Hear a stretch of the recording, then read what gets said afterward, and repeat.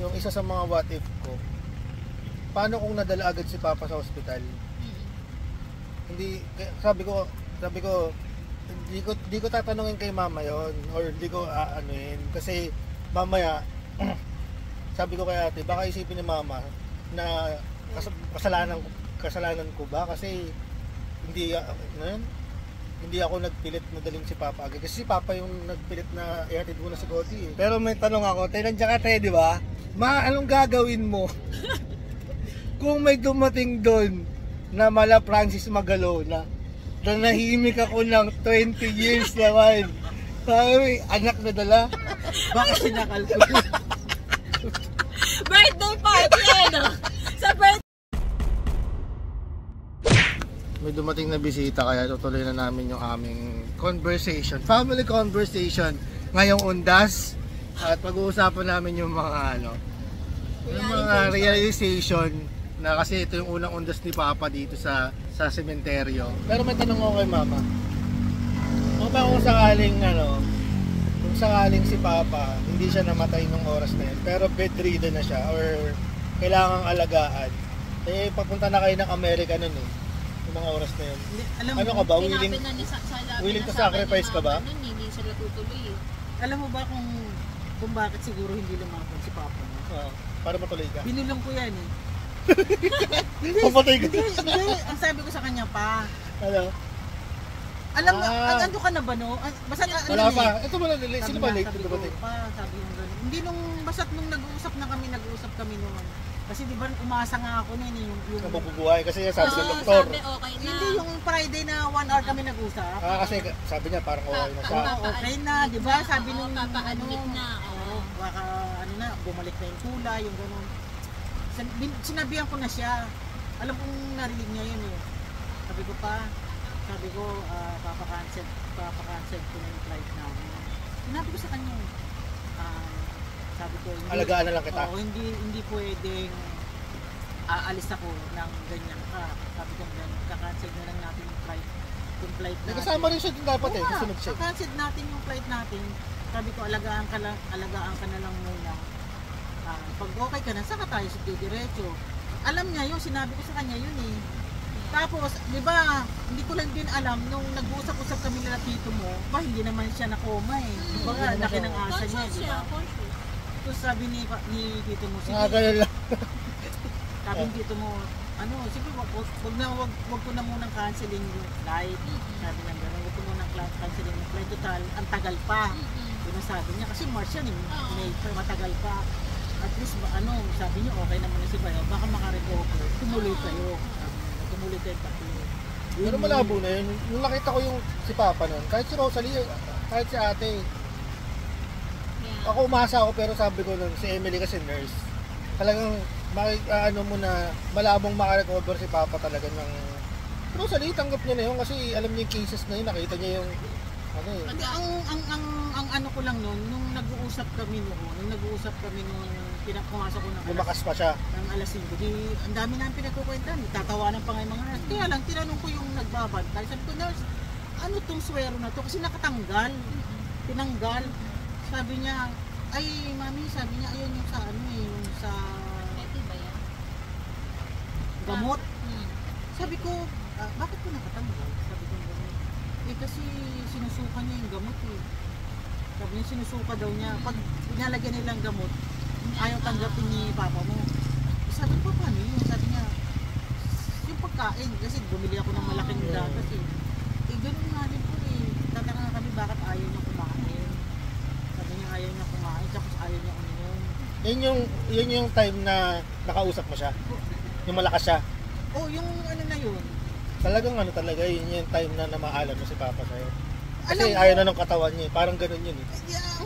Ang ko, talaga si Papa mo, di ba, unang-una, nung nakaramdam siya ng masakit, hinintay niya pang makarating siya ng hospital. Natidyo pa to si Cody eh. Hindi, di ba? Hinintay niya pang makarating ng hospital, naglakad pa. Nung humiga na siya, dun siya nung siguro nung naramdaman niya na, ay nasa ospital na ako, hindi na kasi alam niya matarantahin ako eh, baka hindi ko makaya yung sitwasyon. Kaya nung nagbabayad ako sa loob ng mga... May tatanong ako kay Mama. Pero ayoko sana itanong to. Kaya sige, tuloy mo lang. Nung nagbabayad ako ng buti may dala akong 20,000 dun eh. May dala ako kasi pagdating dun, ayaw nilang i-test nang hindi ako magbabayad. So marami akong binayaran eh. Umabot nung unang bagsak ko, parang kulang-kulang Seryoso? 7,000. Kailangan mo bayad muna para i-process nila. Oo. Yung buti na lang, may dala talaga ako 20,000 noon. Yung may dala akong sa wallet ko. So kung wala kang pera, hindi nila asikasuhin? Hindi ko lang alam. Doon nagulat na ako pagbalik ko kasi yung bang Sumusuka na siya. sumusuka siya. Sabi ko ba? Hindi, wala pa ako nun. Nung unang kita ko kay Papa, nakangiwi na eh. Alam ko stroke na eh. Stroke na yun. Signs of stroke. Video ko na naman yun. Tapos nung ayun na, nung dumating na si kuya mo, yung natawa pa nga ako kasi nagjo-joke pa si kuya mo nun. Sayang na yun eh. Para maiba yung ambience kasi talagang sobrang shock din ako. Tapos kilala mo naman ako eh, ayoko ng parang tinry ko mag-joke. Kasi Papa, nagjo-joke din siya noon. Nag-ano nga siya eh, di ba yung Pero diaper? ang ano ko doon sa ano yan, lumalaban siyang huminga. Kaya, Subukan niya naman lumaban eh. yung ano siya, gumagano siya eh. Yung nilalaban niyang makahinga siya, siguro, pinipilit niyang, ganyan naman yan eh, pinipilit niyang huminga. Tapos maya-maya, Pagod na. hindi daw, may babayaran na naman, yung CT scan na naman. So kailangan na naman ulit magbayad. Tumakbo na naman ulit ako doon. Panibagong bayad ko na naman yun. Dala-dala ko yung senior, yung Eh, nung kausap ko yun, parang sinabi ko na sa iyo, Rosalie, di ba? Yung isa sa mga what if ko, paano kung nadala agad si Papa sa ospital? Hindi, sabi ko, hindi ko tatanungin kay Mama yon or hindi ko aanuin kasi mamaya sabi ko kay ate, baka isipin ni Mama na kasalanan ko ba kasi hindi ako nagpilit na daling si Papa agad kasi si Papa yung nagpilit na ihatid muna si Cody eh. Hindi pumasok sa isip ko yun. Kasi si Papa yung gusto. Oo, kasi hindi talaga siya nagpakita. Hindi dapat, kasi kung, di ba alam niyo naman ako pagdating siya sa Hindi inyo. mo ba nakita ng sign na parang na-stroke si Papa? Hindi! Nung nag-usap kami nakahiga siya, bigla siyang umupo. Pagka-upo niya, sabi niya, matawagan mo nga si Buboy. Yun agad ang ano niya, si Buboy. Matawagan mo nga. Kaya ang una nang tumawag ka sa akin, nang sinabi ko agad, ang unang sinabi ko, madalhin nyo na sa ospital. Kaya nga nagulat ako nung pagpunta ko nun, ang dami pang pinuntahan nila Papa. Hindi, MC lang. Ang sabi niya, hindi ako na, sabi niya. Yung pa isa, di ba si Papa nag-drive. Oo, Kaya siya sabi ko, nag-drive. yung stress nung ano niya, matigas kasi ulo ni Papa eh. Yung si Papa kasi yung klase ng tao na ayaw niya Pero mag-alala yung yung time ibang na yun, tao.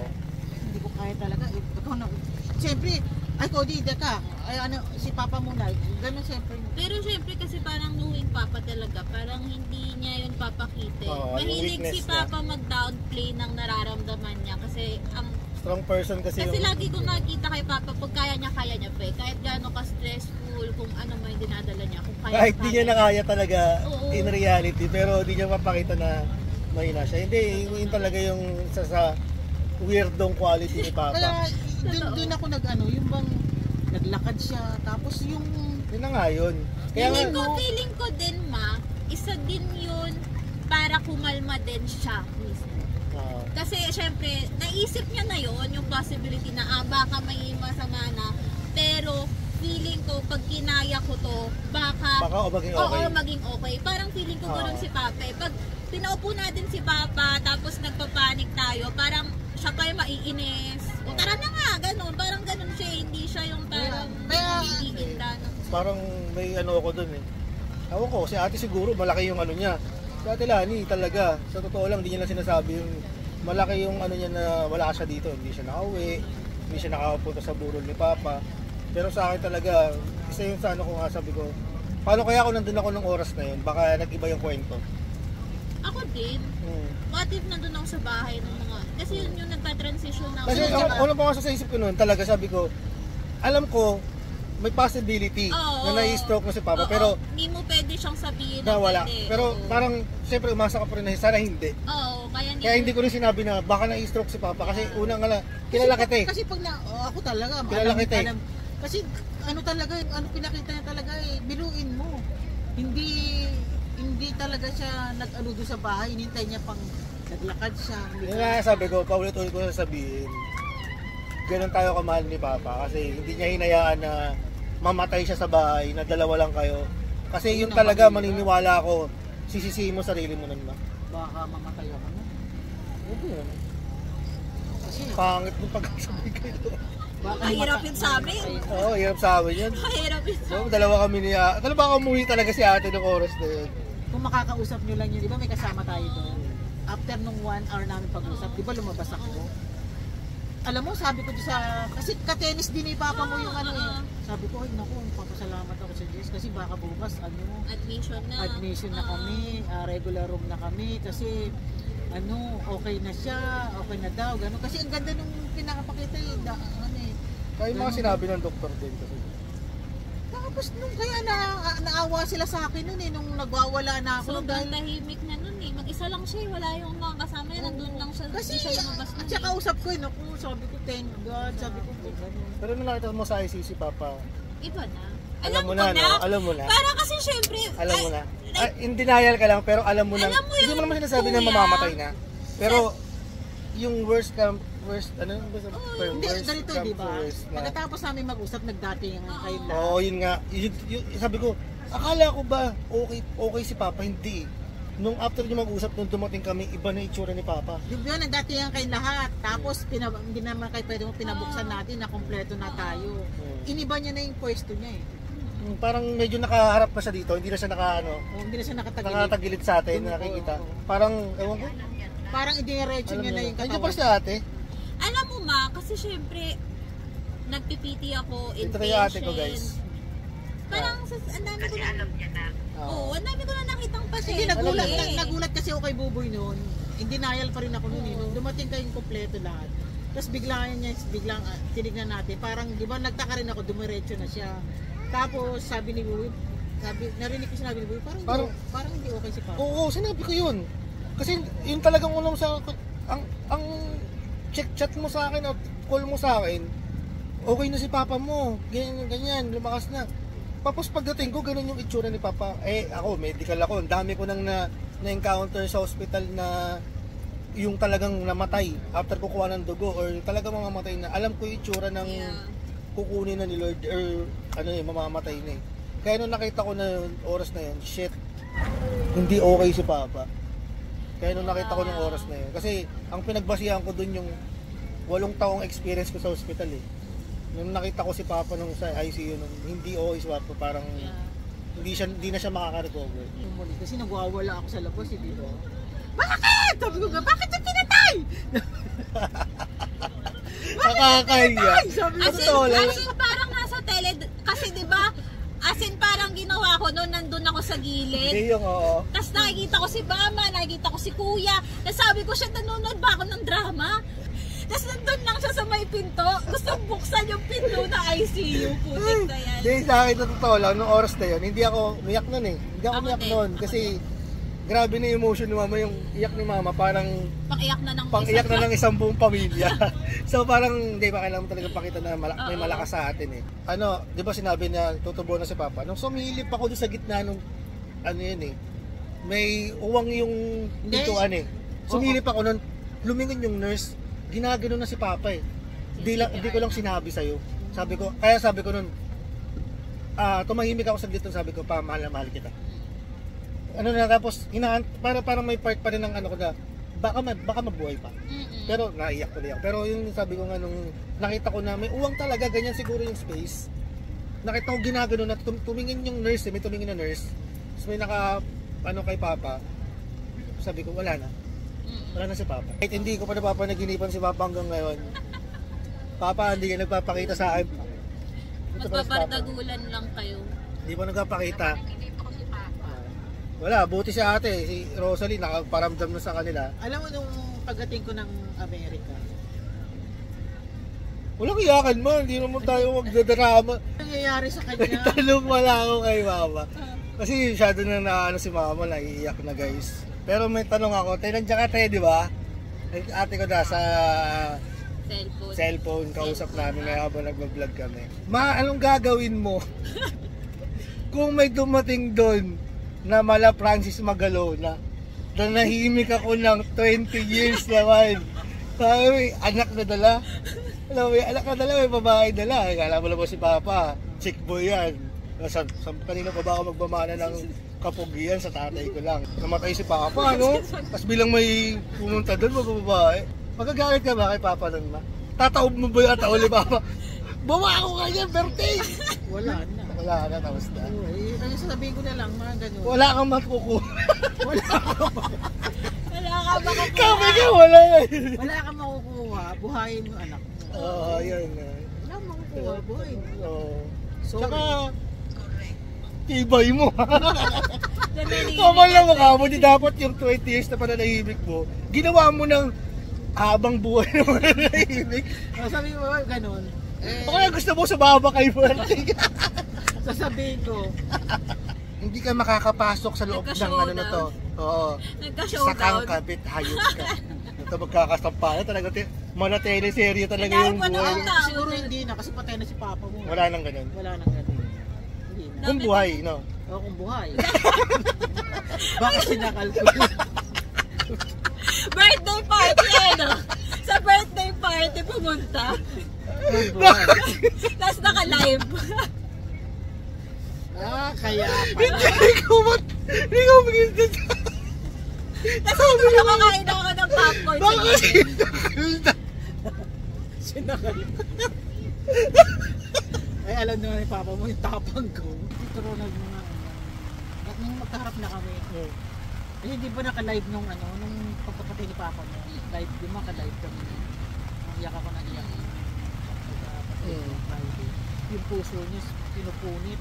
Grabe, kasi iyak mo nun, ma. Parang ang sinasadipan ng ni Sadako. Alam mo yun, sabi ko nga sa mga kaibigan ko, nung kinukwento ko yun, sabi ko, akala ko sa pelikula ko lang nakikita yung ganong iyak. Yung dinaig mo yung sa Three Sisters and hindi yung ano ba yun? Nagwawa yan, wag! Alam mo, nung sabi Kulalay, taob mo yung ataol ni Papa. Bumsam ka dyan. Bakit ka naman tayo ba? alam mo sabi ni Tito ko, sino ang mga kamag-anak Magmunak, nagpunta. nagpunta. Yun naman, ganun talaga. Ako ganun na. Tapos sabi niya, Sino yung mga nagpunta na kaibigan? Na kaibigan ng Kalabang. Kasi Tagang bagong baryo. sabi niya, Meron ba? Parang wala naman tagang bagong baryo. konti lang. Meron, kasi ang sabi ni Tito na, kasi kapatid kita, iba pag kapatid ko. Ganun naman. Kanya tatandaan ko lahat Nang nagpunta. Ganun din ako. Sa akin no offense kung pumangit yung tingin sa akin ng tao. Sa akin talaga tinandaan ko yung mga kaibigan, kakilala ko na nagpunta sa libing ni Papa or sa lamay. Kasi para sa akin, naglaan ka ng time para sa tatay ko nung mga oras na down ako. Talagang ibabalik ko sa iyo kung sakaling may mangyari din. Yeah, tama. Di ba? Siguro kasi ngayon din sabi ko, parang nakakausap ko nga yung front desk namin sa clinic. Tapos ganun lang din, tatay niya din ang matay ko. Sabi ko, iba na din kasi kapag ikaw na mismo may naka-experience. Dati kasi pag nagsasabi ka ng condolence, parang di mo siya mininin totally. Parang sinasabi mo lang oo. kasi namatay. Oo, ganun. Pero iba na ngayon, alam mo na din kasi, kaya kayo namatay nga yung tatay ng friend ko. Tinanong ko agad siya, uy, kailan ka nandyan? Punta ako agad dyan. Kasi parang syempre, alam mo na din naman yung pinagdadaanan nila at saka makakapagbigay ka din ng advice. Kasi syempre siya din, wala din siyang alam. Parang yan. Parang sa akin, parang tinatak ko talaga sa isip ko. Sinabi ko rin kay Emily yun, hindi naman sa pagiging masama. Kasi may mga kaibigan ako or kakilala na nagsabi na pupunta sila pero hindi sila nagpunta. Pero na-appreciate ko sobra yung mga kaibigan or kakilala ko na nag-message na pasensya na hindi ako Oo, makapunta. ako din. At least din. nagpaano sila. Oo, na may ano sila. Pero grabe din kasi doon mo din makita kung gaano Oo, sino talaga yung mga kasi ako talaga yung mga high school friends ko na hindi ko na masyado napapansin talaga. Pumunta sila, yung mga in-expect kong pupunta, sila yung mga hindi nakapunta. Hindi naman ako nagtanim ng mga sama. kaibigan ko nasa probinsya, biglang nagpunta. So yun guys, Baka lalapit ko po yun. tatapusin ko na itong vlog na to at maraming salamat sa panonood.